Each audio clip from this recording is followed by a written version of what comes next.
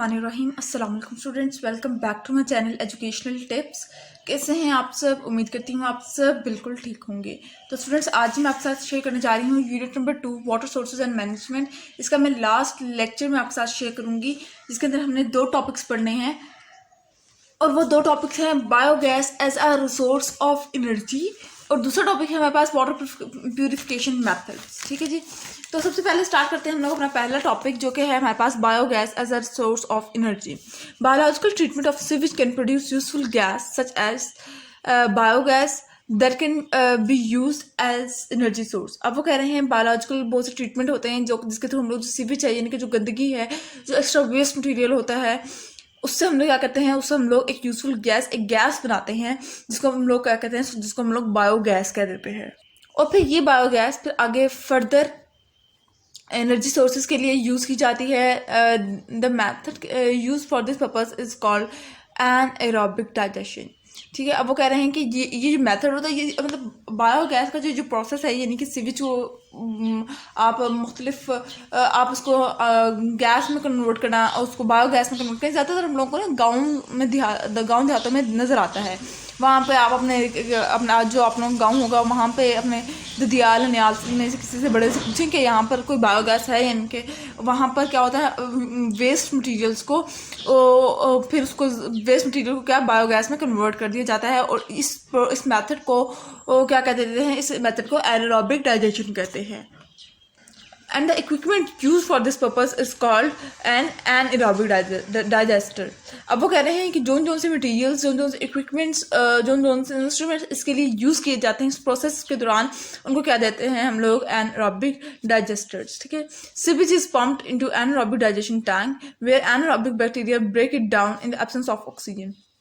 यानी कि सीवेज जो है होता है वो एक एनारोबिक, यानी कि एक वो टैंक में डाल दिया जाता है सारा sewage.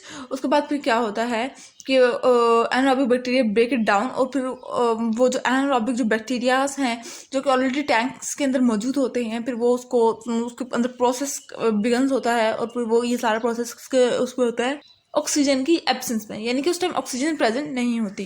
One of the main by product of this process is biogas which is then collected from the anaerobic digestion tank with the help of equipment called biogas recovery units. ठीक है जी।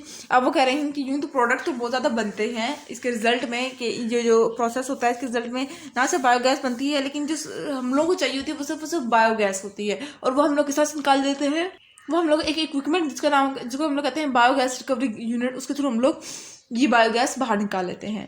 The main disadvantage of biogas is that when it is used as a fuel, methane gas is released into atmosphere, and since it is one of the most potent greenhouse gas, it can greatly contribute to global warming। अब वो कह रहे हैं कि इसका एक disadvantage ये है कि जब भी किसी फ्यूल के तौर पे यूज़ की जाती है गैस, तो इस गैस में से मीथेन निकल जाती है एटमॉस्फेयर के अंदर, यानी कि हमारे इन्वायरमेंट के अंदर वो निकल गई, और फिर ये मीथेन जो है ना, ये बहुत हार्मफुल इफेक्ट कॉज करती है किसके में, ग्लोबल वार्मिंग के लिए।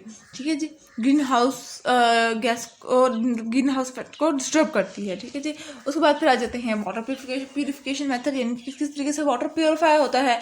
Sewage, chemical, hydrocarbon, bacteria, viruses and fertiliser can contaminate water, यानी कि ये सारी चीज़ें वाटर को ख़राब कर देती हैं, वाटर गंदा हो जाता है, वो पानी गंदा हो जाता है। To make contaminated water fit for human consumption, this harmful ingredient must be remove from the water with the help of purifying processes. अब वो कह रहे हैं कि अगर कोई पानी को हम लोगों ने ह्यूमन यूज़ के लिए इस्तेमाल करना है, तो उसमें से ये सारी चीज़ें नहीं होनी चाहिए। तो उसके लिए कौन कौन से प्रोसेस से पानी को गुजारा जाता है ताकि वो प्योरीफाई हो जाए। एक नंबर 1 आ जाते हैं distillation. Distillation is a filtration method that has been use for a long time.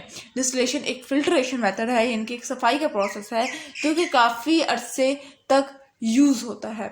This process starts by heating water in a container. ये प्रोसेस स्टार्ट तब होता है जब पानी को एक किसी भी कंटेनर में डाल के हीट अप किया जाता है, बॉयल किया जाता है, उसको उबाल आना शुरू हो जाए, तब तो ये फर्स्ट स्टेप होता है। ठीक है। The water vapour that rises upward during this process are cooled and condensed from a original container. अब वो कह रहे हैं कि जो वाटर वेपर्स हैं वो राइज होना शुरू होंगे, यानी कि भाप बनना शुरू होगी, और ये भाप जब ठंडी होगी तो ये दूसरे कंटेनर के अंदर जाकर ओरिजिनल कंटेनर के अंदर जाकर इकट्ठी होना शुरू हो जाएगी। Through condensation the water vapour become liquid water. अब वो कह रहे हैं कि कंडेंसेशन के प्रोसेस के थ्रू ये जो वाटर वेपर हैं ये दूसरे कंटेनर के अंदर जाकर लिक्विड बना देंगे। Collected as purified water. और ये जो वाटर वेपर वाटर में कन्वर्ट हो रहे हैं, लिक्विड वाटर में कन्वर्ट हो रहे हैं, ये अब क्या होंगे, ये प्योरीफाइड यानी साफ पानी होगा। And the heavier contaminate stay behind in the original container. और जो जितने भी जो वेस्ट था वो दूसरे कंटेनर के अंदर ही रह जाता है। उसके बाद फिर आ जाते हैं reverse osmosis. Reverse osmosis is a purification process that utilises a semi permeable membrane. अब वो कह रहे हैं कि एक प्योरिफिकेशन मेथड है, इसके अंदर क्या होता है, एक सेमी परमेबल मेम्ब्रेन का यूज़ होता है। Pumps are use to push the impure water into the membrane that block most of the impurities by letting purified water go through the other side. यानी कि जब हम लोग प्रेशर देंगे उस कंटेनर के अंदर और उस मेम्ब्रेन के अंदर, तो वो जो गंदगी है वो सारी साइड पे हो जाएगी और प्योरिफाइड वाटर एक साइड पर हो जाएगा। ठीक है जी। उसके बाद फिर लास्ट 2 मेथड से आ जाते हैं एक्टिवेटेड कार्बन। एक्टिवेटेड कार्बन क्या है? Carbon filtration is commonly use in many home based water filtration. अब वो कह रहे हैं कार्बन फिल्ट्रेशन हमारे यहाँ घरों में भी ये प्रोसेस यूज होता है। The activated carbon used in this process is a very poisonous form of carbon। अब वो कह रहे हैं एक्टिवेटेड कार्बन जो होता है, इनकी कार्बन की एक्टिव फॉर्म जो होती है वो एक बहुत पॉइजनस कार्बन है। It act like a sponge with a large internal surface area. मतलब ये बिल्कुल क्लीन कर देता है, जहाँ पर ये मौजूद होता है उस जगह को बिल्कुल साफ कर देता है। Therefore the process can trap a very variety of impurity. Therefore जिस वजह से ये जो प्रोसेस है इसके अंदर मुख्तलिफ तरह की इम्प्योरिटीज क्लीन हो जाती हैं। Activated carbon filtration is an excellent purification method for removing impurities like chlorine based chemicals, some type of pesticide and industrial solvents. ठीक है जी।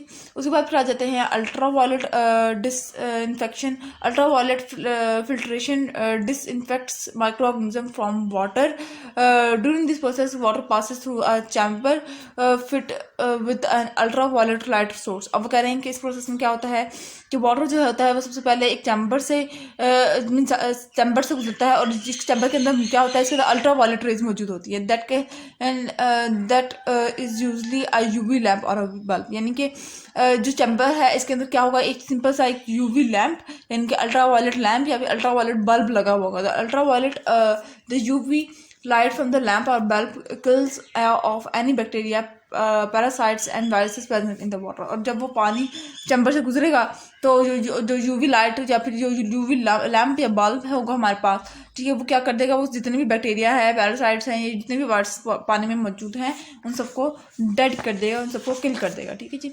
तो ये था आज का लेक्चर। आई होप सो आपको समझ आ गया होगा। अगर आज का लेक्चर आप सबको समझ आ गया है तो मेरे चैनल को सब्सक्राइब कर दीजिएगा, वीडियोस को लाइक कर दीजिएगा और साथ साथ बेल आइकन को प्रेस करना मत भूलिएगा। इससे मेरी आने वाली हर लेटेस्ट अपडेट सबसे पहले आप तक पहुंचेगी। मिलती हूँ किसी और वीडियो में। दुआ में याद रखिएगा, अपना ख्याल रखिएगा। अल्लाह हाफिज़।